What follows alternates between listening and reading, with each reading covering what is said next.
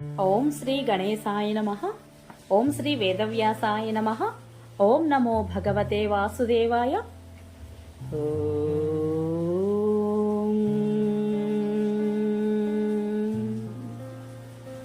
శుక్లాంబరధరం విష్ణుం శశివర్ణం చతుర్భుజం ప్రసన్నవదనం ధ్యాయేత్ సర్వవిఘ్నోపశాంతయే.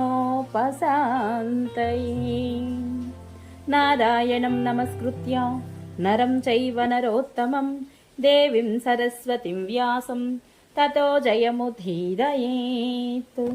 అనగా నారాయణ స్వరూపుడైన శ్రీకృష్ణుడికి, నరోత్తముడైన అర్జునుడికి, వారి లీలలను ప్రకటించే సరస్వతీదేవికి, దానిని రచించిన వ్యాసునికి నమస్కరించి అసుర భావాలను తొలగించి అంతఃకరణ శుద్ధిని కలిగించే మహాభారత గ్రంథ పారాయణకు ప్రేరేపించిన శ్రీకృష్ణ భగవానుడిని ప్రార్థిస్తూ ఈరోజు పారాయణలోనికి వెళదాం. మరి హరే కృష్ణ. అందరికీ నమస్కారం. మహాభారత గ్రంథ పారాయణలో భాగంగా మనం ఈరోజు 229వ రోజుకు చేరుకున్నాము. నిన్న మనము శల్యుడు పాండవులను కలుసుకున్నట్టుకు బయలుదేరడం జరుగుతుంది. మధ్యలో దుర్యోధనుడు ఆతిథ్యం ఇచ్చి అతనిని సంతుష్టిపరిచి అతని నుంచి తమ వైపు యుద్ధం చేయవలసిందిగా, యుద్ధంలో పాల్గొనవలసిందిగా కోరడం జరుగుతుంది. తదనంతరము శల్యుడు పాండవులను కలుసుకొని యుధిష్ఠిరుడికి జరిగిన విషయం చెప్పి, యుధిష్ఠిరుడికి ధైర్యం చెప్పే క్రమంలో వృతాసుర సంహారము, ఇంద్రుడు మడుగులో దాగుకున్నటి గురించి చెప్పడం జరుగుతుంది. చాలా చాలా అద్భుతంగా ఉంటుంది. చివరి వరకు స్కిప్ చేయకుండా చూడండి. హరే కృష్ణ. యుధిష్ఠిరుడు, రాజా, ఇంద్రుడు అతని భార్య ఎలాంటి ఘోర దుఃఖాన్ని అనుభవించవలసి వచ్చింది నాకు తెలుసుకోవాలని కుతూహలంగా ఉంది అని అడిగాడు. అప్పుడు శల్యుడు ఈ విధంగా చెప్పసాగాడు.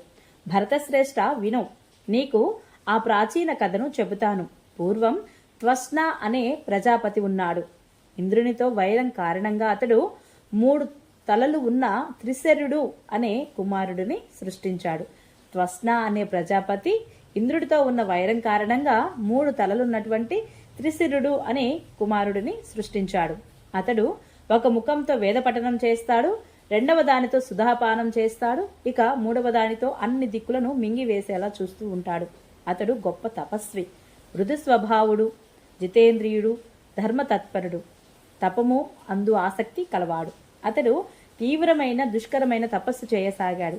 సాటి లేని తేజస్సు గల ఆ బాలకునికి తపోబలము, సత్యనిష్ట చూసి దేవేంద్రుడికి చాలా విచారం కలిగింది.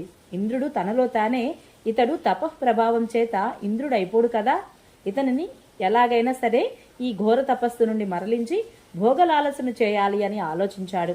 ఈ రీతిగా ఆలోచించిన పిదప అతనిని లొంగదీసుకోవడానికి అప్సర స్త్రీలను ఆజ్ఞాపించాడు.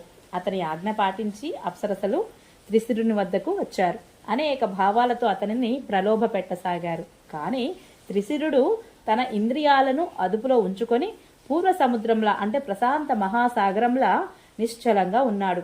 చివరికి ఎన్నో విధాలుగా ప్రయత్నించి లాభం లేక అప్సరసలు ఇంద్రుని వద్దకు తిరిగి వచ్చారు.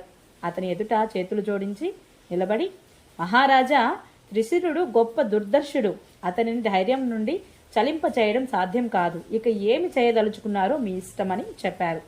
ఇంద్రుడు వారిని సగౌరవంగా పంపివేసి తను మనసులో, అతడు వెంటనే నశించిపోయేలా నేను నా వజ్రాయుధాన్ని అతనిపై ప్రయోగిస్తాను అనుకున్నాడు. ఇలా నిశ్చయించుకొని అతడు కోపంతో త్రిశిరుడి మీద వజ్రాయుధాన్ని ప్రయోగించాడు.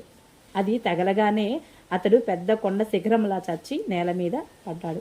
దానితో ఇంద్రుడు తృప్తిగా నిర్భయుడై స్వర్గలోకానికి వెళ్ళిపోయాడు. ఇక ఇంద్రుడు తన కొడుకును చంపివేశాడని తెలియగానే త్వష్ణకు కోపంతో కళ్ళు ఎరుపెక్కాయి. అతడు, నా కొడుకు ఎప్పుడు క్షమాశీలుడు, శమద సంపన్నుడు, అతడు తపస్సు చేసుకుంటున్నాడు, ఏ అపరాధం చేయకుండానే ఇంద్రుడు అతనిని చంపివేశాడు. కాబట్టి ఇంద్రుడిని నాశనం చేయడానికి నేను వృతాసురుడిని సృష్టిస్తాను. లోకులు నా పరాక్రమాన్ని, తపోబలాన్ని చూస్తారుగాక అనుకున్నాడు. ఇలా అనుకొని గొప్ప కీర్తిపరుడైనటువంటి తపస్వి అయిన త్వష్ణ క్రుద్ధుడై ఆచమించి అగ్నిలో ఆహుతులు వేసి వృతాసురుడిని సృష్టించాడు. అతనితో, ఇంద్రశత్రువు నా తపః ప్రభావంతో ఎదుగు అన్నాడు. అంతే, సూర్యుని వలె అగ్ని వలె తేజోవంతుడైన వృతాసురుడు వెంటనే పెరుగుతూ ఆకాశాన్ని అంటుకున్నాడు. అతడు, నేనేమి చెయ్యాలో చెప్పండి తండ్రి అని అడిగారు. అప్పుడు త్వష్ణ ఇంద్రుడిని చంపమని ఆజ్ఞాపించాడు. అతడు స్వర్గానికి వెళ్ళాడు. ఇంద్ర వృతాసురుల మధ్య ఘోర యుద్ధం జరిగింది. చివరికి వీరుడైన వృతాసురుడు దేవేంద్రుడిని పట్టుకొని చూస్తుండగానే మింగివేశాడు. అప్పుడు దేవతలు వృతాసురుడిని చంపడానికి ఆవులింతలను సృష్టించారు. వృతాసురుడు ఆవులించగానే దేవేంద్రుడు తన శరీరాన్ని కుచింపచేసుకుని తెరచిన అతని నోటి నుండి బయటకు వచ్చాడు. ఇంద్రుడు బయటకు రావడం చూసి దేవతలందరూ సంతోషించారు. తిరిగి మళ్లీ ఇంద్ర వృతాసురుల మధ్య యుద్ధం ప్రారంభమైంది. త్వష్ణ యొక్క తేజస్సును బలాన్ని పొంది వృతాసురుడు యుద్ధంలో విజృంభించగా ఇంద్రుడు రణభూమిని వదిలి పారిపోయాడు. ఇంద్రుడు పారిపోవడంతో దేవతలందరికీ విచారం కలిగింది. వారంతా త్వష్ణ యొక్క తేజస్సుకు భయపడి ఇంద్రునితో మునులతో కలిసి ఇప్పుడేమి చేయాలని ఆలోచింపసాగారు.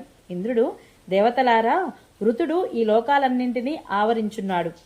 అతనిని సంహరించగలిగే ఆయుధమేది నా దగ్గర లేదు. కాబట్టి మనమంతా కలిసి విష్ణు భగవానుడి స్థావరానికి వెళ్లి అతనిని సంప్రదించి ఈ దుష్టుడిని నాశనం చేసే ఉపాయం తెలుసుకోవాలని నా అభిప్రాయము అన్నాడు. ఇంద్రుడు చెప్పిన ప్రకారం దేవతలందరూ, ఋషిగణాలు అందరూ కూడా శరణాగత వత్సలుడైనటువంటి విష్ణు భగవానుడిని శరణుజొచ్చి అతనితో, పూర్వకాలంలో మీరు మీ 3 అడుగులతో ముల్లోకాలను కొలిచారు. మీరు సమస్త దేవతలకు అధిపతులు. మీ వలననే ఈ విశ్వమంతా వ్యాపించింది. తమరు దేవదేవేశ్వరులు.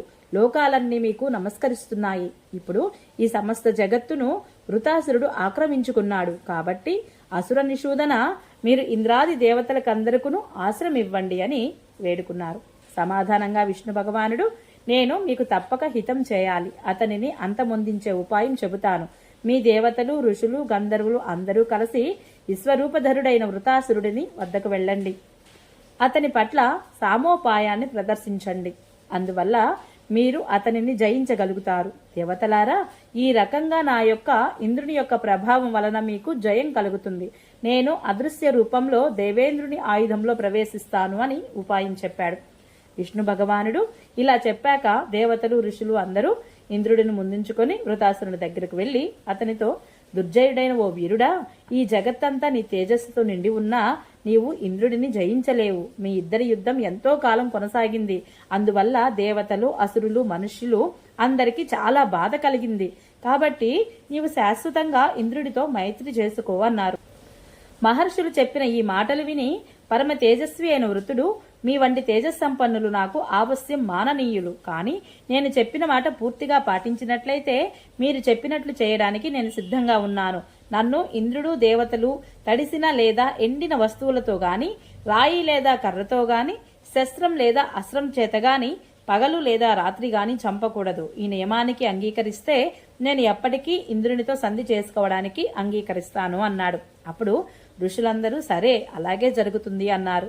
ఈ రీతిగా సంధి కుదరడంతో వృతాసురుడు చాలా సంతోషించాడు. ఇంద్రుడు కూడా మనసులోనే సంతోషించాడు.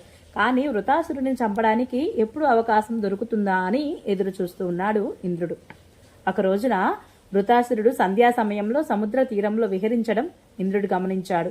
ఆ సమయంలో వృతాసురునికి ఇచ్చిన వరాన్ని గూర్చి, ఇప్పుడు ఇది సంధ్యా సమయము, రాత్రి కాదు, పగలు కాదు.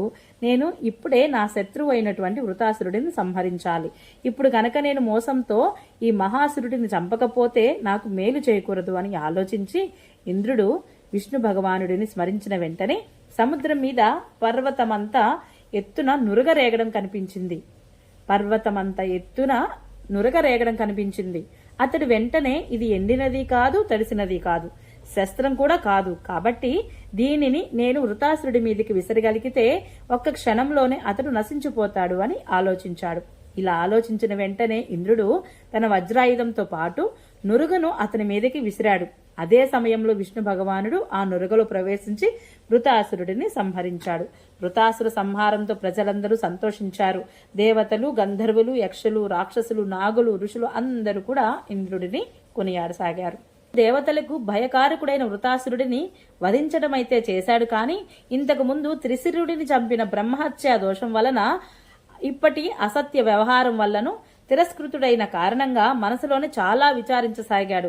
ఈ పాపాల కారణంగా అతడు పేరు లేనివాడై అచేతనుని మాదిరిగా అయిపోయాడు. లోకాల అంచుకు చేరి నీటిలో దాగుకొని ఉండిపోయాడు. దేవేంద్రుడు బ్రహ్మహత్యా పాపంతో బాధింపబడి స్వర్గాన్ని వదిలి వెళ్లిపోగానే చెట్లు అడవులు అన్నీ ఎండిపోయి భూమండలమంతా ఎడారిలా అయిపోయింది.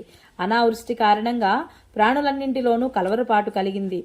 దేవతలు మనుషులు కూడా చాలా భయపడ్డారు. రాజు ఎవరూ లేకపోవడంతో విశ్వమంతటా ఉపద్రవాలు చెలరేగి బాధించసాగాయి. దేవతలు కూడా తమకు రాజు ఎవరనే భయం పట్టుకుంది. ఎందుకంటే దేవతలలో ఏ ఒక్కరి మనస్సు రాజ్యభారం వహించడానికి అంగీకరించలేదు. ఓం నమో భగవతే వాసుదేవాయ. ఈరోజు పారాయణ ఇంతటితో సమాప్తం. రేపు మనము నహుషుడు ఇంద్ర పదవిని పొందుట గురించి తెలుసుకుందాము. ఈ వీడియో మీకు నచ్చినట్లయితే please subscribe my channel, like, share, comment please. Thank you.